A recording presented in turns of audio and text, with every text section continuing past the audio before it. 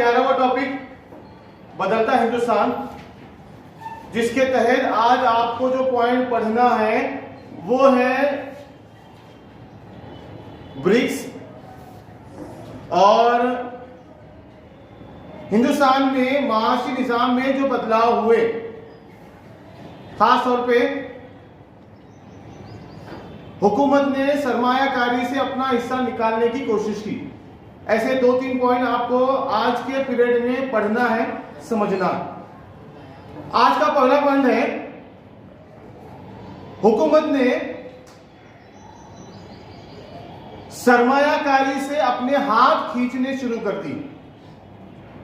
मतलब गवर्नमेंट की जो मुख्तलिफ कंपनियां हैं, मुख्तलिफ जो उनके प्रोजेक्ट हैं, उसमें से गवर्नमेंट क्या करती थी, हमेशा अपना सरमाया लगाती थी, गवर्नमेंट अपना पैसा उसमें इन्वेस्ट करती थी। लेकिन यहां पर उसके लिए गवर्नमेंट ने एक अलग से डिपार्टमेंट कायम किया, वो था वज़रात आज़ाद तर्क सरमायाकारी। मतलब गवर्नमेंट ने एक अलग सेक्शन बनाया, एक वज़रात, एक वजीर बनाया, जिसका काम ये था कि गवर्नमेंट अपने अलग अलग सेक्टर से अपना अपना पैसा निकाल कर ले। इसके अलावा प्राइवेटाइजेशन, मतलब निजी कार्य को और प्रमोट करे।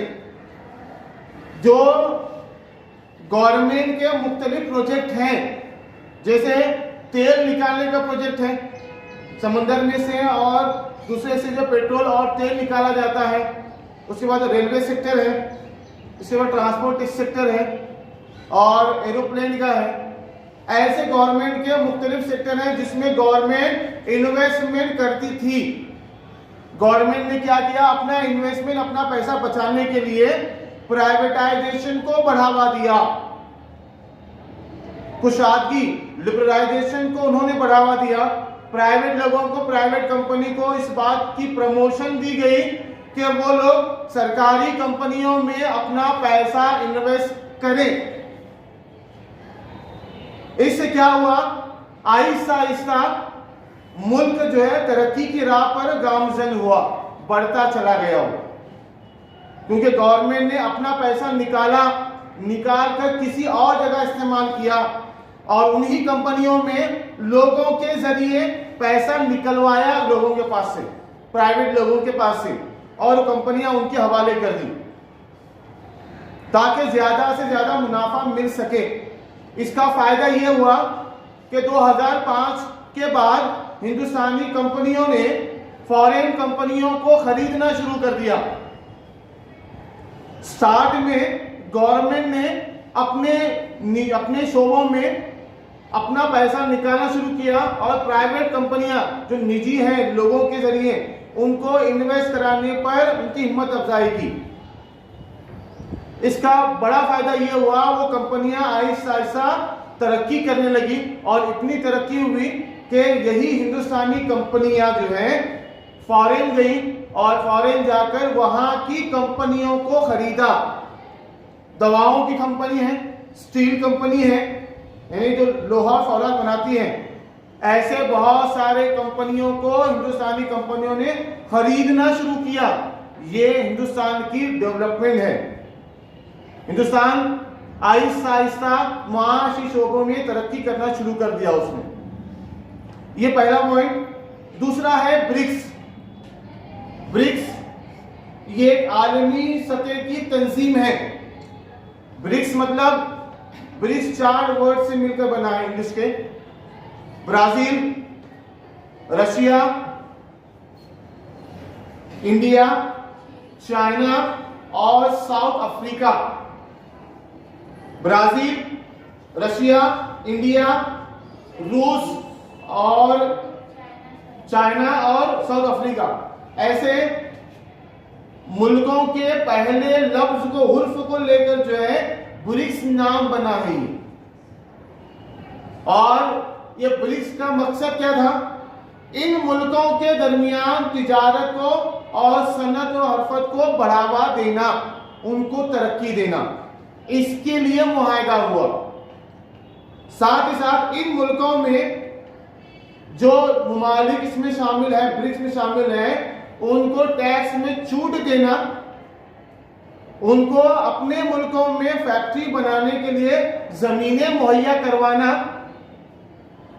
और बड़े पैमाने पर दूसरे मुल्कों के फॉरेन कंपनियों को अपने यहां लाना, उनका फॉरेन एक्सचेंज, उनका जो पैसा है वो मुल्कों का अपने मुल्क को ले आना, इस मकसद के लिए ब्रिक्स की बुनियाद रखी गई। ब्राजील, रशिया, इंडिया, चाइना और साउथ अफ्रीका, 5 मुल्कों ने इस ब्रिक्स की बुनियाद रखी हुई है। ठीक है, ये आज का दूसरा पॉइंट। 2 चीजें लिया हूं अभी तक। एक है गवर्नमेंट ने एक अलग से शोबा कायम किया। शोबा क्या था? वो था वज़रात आज़ाद तर्क सरमायाकारी। गवर्नमेंट ने अपने अपने शोबों में जो है अपना सरमाया निकालना शुरू कर दिया। इसके बदले में लोगों को और प्राइवेट कंपनियों को उसमें इन्वेस्ट करने के लिए प्रमोट किया, उनको सहूलतें दी। और बाद में इसी प्रमोशन की वजह से, सरमायाकारी की वजह से, इन्हीं कंपनियों ने, हिंदुस्तान की छोटी छोटी कंपनियां तरक्की करके इतनी बड़ी हो गई कि उन्होंने फॉरेन कंपनियों को खरीदना शुरू कर दिया, जिससे हिंदुस्तान का माशी स्ट्रक्चर आलमी सतह पर बहुत स्ट्रॉन्ग होता चला गया। लोगों की आमदनी में दिन ब दिन इजाफा होता चला गया। ये पहला पॉइंट जो दिया गया। दूसरा, BRICS, Brazil, Russia, India, China और साउथ अफ्रीका, ये मिलाकर एक तंजीम बनी जिसको ब्रिक्स कहते हैं। ठीक है, यहां रुकते हैं। आज का तीसरा पॉइंट है CDAC, centre for development of computing, CDAC। अब इसमें है क्या? देखो, एक्चुअली CDAC में जो है क्या हुआ? बंद कर, क्या हुआ? हाँ, हिंदुस्तान ने कंप्यूटर के लाइन में बहुत सारे डेवलपमेंट और तरक्की की। हिंदुस्तान में सॉफ्टवेयर, हिंदुस्तान जो है आजकल सॉफ्टवेयर डेवलपमेंट में दुनिया में बहुत ऊंचे मुकाम पर, बड़े पैमाने पर हिंदुस्तान में सॉफ्टवेयर बनाए जाते हैं, जिसके सेंटर जो है पूना और बेंगलोर खास तौर पर इसका सेंटर है। एशिया का IT sector, information technology sector जो है बेंगलोर है। और इसके तहत जो है हिंदुस्तान ने 1998 में अपना पहला सुपर कंप्यूटर बनाया, परम 8000, ये सुपर कंप्यूटर बनाया गया 1998 में। और हिंदुस्तान ने इस वजह से सुपर कंप्यूटर, ऐसा लगता था दुनिया को कि हिंदुस्तान में टेक्नोलॉजी और साइंस कुछ भी नहीं है, जीरो है, तो हिंदुस्तान ने अपने आप को साबित करने के लिए परम 8000 ये कंप्यूटर बनाया उसने, सुपर कंप्यूटर। उसके बाद 1999 में ही जो है परम 10000 बनाया उसने, जिसकी स्पीड, कंप्यूटर स्पीड दीगर ममालिक के मुकाबले में बहुत ज्यादा थी। कंप्यूटर और सुपर कंप्यूटर में बहुत फर्क होता है, उसकी स्पीड काम करने की बहुत ज्यादा होती है। दुनिया ऐसा कहती थी कि हिंदुस्तान कंप्यूटर नहीं बना सकता, इसीलिए 1998 में परम 8000 ये कंप्यूटर, सुपर कंप्यूटर बनाया गया, जिसकी स्पीड दुनिया के दीगर मुल्कों के सुपर कंप्यूटर से भी बहुत ज्यादा थी। उसके 1 साल बाद परम 10000 बनाया गया। फिर आहिस्ता आहिस्ता हिंदुस्तान जो है सॉफ्टवेयर बनाने की कंपनियों में उसका उरूज हुआ। इन्फोटेक, ये हिंदुस्तान की सॉफ्टवेयर कंपनी है। उसी दौरान टाटा सॉफ्टवेयर कंसल्टेंसी कंपनी शुरू हुई, जो बड़े-आज़म एशिया की सबसे बड़ी सॉफ्टवेयर बनाने वाली कंपनी है। एशिया की बोल रहा हूं मैं, और दुनिया का तकरीबन आधे से ज्यादातर सॉफ्टवेयर हिंदुस्तान में बनाए जाते हैं और जिसका सेंटर बेंगलोर और पुणे है। आप कंप्यूटर में जो सॉफ्टवेयर देखते हैं, जो एप्लीकेशन देखते हैं आप, जैसे दवा मेडिकल में देखते हैं आप, मेडिकल में मेडिसिन का सॉफ्टवेयर होता है, वो पेट्रोल पंप पर पेट्रोल पंप के अपने सॉफ्टवेयर होते हैं, स्कूल के सॉफ्टवेयर अपने होते हैं। ये सॉफ्टवेयर बड़े पैमाने पर आज दुनिया में हिंदुस्तान में बनाए जा रहे हैं और आज हिंदुस्तानी इंजीनियर्स को दुनिया में बहुत ज्यादा डिमांड है। कैलिफोर्निया अमेरिका में आईटी सेंटर का बहुत बड़ा हब है, जहां पर हिंदुस्तानी सॉफ्टवेयर इंजीनियर्स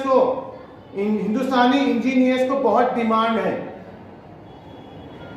और हिंदुस्तानी इंजीनियर्स ने इंग्लिश की जबान पे महारत हासिल करते हुए इन तमाम कामयाबियों से जो हमकिनार हुए और आज हिंदुस्तान का सॉफ्टवेयर इंजीनियरिंग में दबदबा है। इन्फोटेक कंपनी और टाटा कंसल्टेंसी कंपनी, ये एशिया के और हिंदुस्तान दुनिया के बड़े सॉफ्टवेयर बनाने वाले कंपनियों में इनका शुमार होता है। इसके आगे बात करूं मैं साइंस टेक्नोलॉजी में, तो आज ऐसा कहा जाता था कि हिंदुस्तान साइंस के मैदान में बहुत पीछे है, वो खुद के रॉकेट नहीं भेज सकता। पहले हिंदुस्तान जो है दूसरों के जरिए जो है रॉकेट रवाना करता था। आज हिंदुस्तान इतने काबिल हो चुका है कि हिंदुस्तान अपने खुद के रॉकेट, खुद के जो है सैटेलाइट अपने सरजमीन से उड़ाता है और लॉन्च करता है। इसके अलावा आज हिंदुस्तान जो है कमर्शियल तौर पर जो है बड़े पैमाने पर दूसरे मुल्कों के सैटेलाइट को अपने सरजमीन से रवाना करता है, भेजता है।